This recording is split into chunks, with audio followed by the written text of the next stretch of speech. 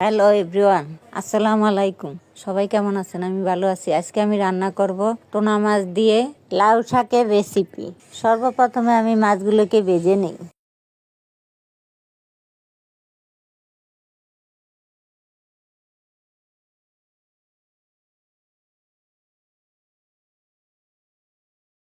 লাউ শাক বাপিয়ে নিই।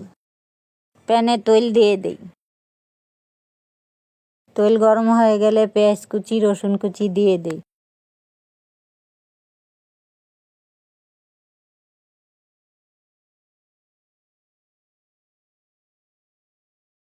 পেঁয়াজ ভাজা ভাজা হয়ে গেলে আদা রসুন বাটা, লবণ, হলুদের গুঁড়া, মরিচের গুঁড়া, জিরার গুঁড়া, কাঁচামরিচ, অল্প একটু পানি দিয়ে ভালো করে কষিয়ে লাউ শাক দিয়ে দিই।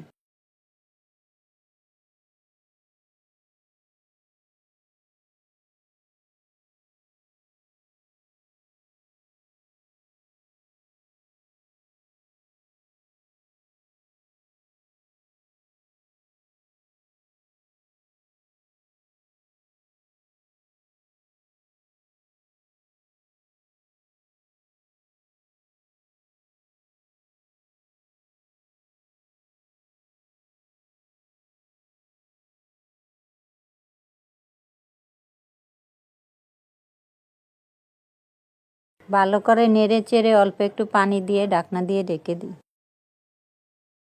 কিছুক্ষণ পর মাছ দিয়ে আবারও ঢাকনা দিয়ে ঢেকে দিই। হয়ে গেলে নামিয়ে নিই। ভিডিওটি কেমন হয়েছে? ভালো লাগলে লাইক, কমেন্ট, শেয়ার করবেন। সবাইকে আসসালামু আলাইকুম।